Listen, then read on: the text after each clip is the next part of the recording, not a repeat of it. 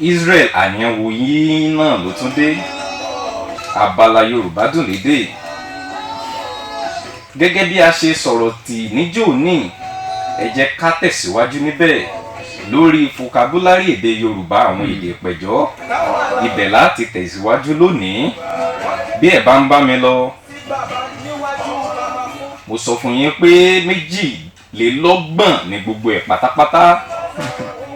Ìpín tó kù ńlá kan lù lónìí.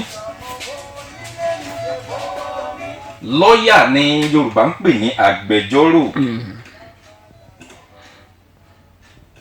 Senior Advocate of Nigeria, SAN, ó ní oyè agbẹjọ́rò àgbà ilẹ̀ Nàìjíríà.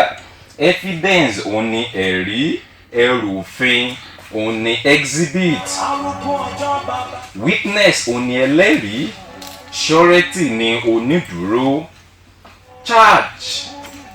Charge ni gbígbé ara ẹni lọ sílé ẹjọ́, bí kí wọ́n ní wọ́n charge èèyàn.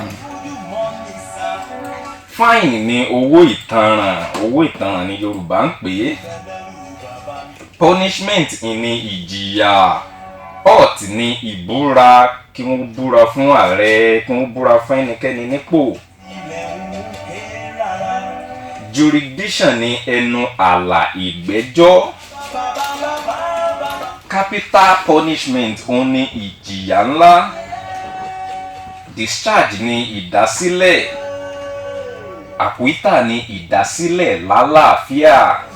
Ìyàtọ̀ wà láàrin wọn o, ìdásílẹ̀ lálàáfíà nu. Murder case, ó ní ẹjọ́ apànìyàn. Bail ni gbígba onídùúró.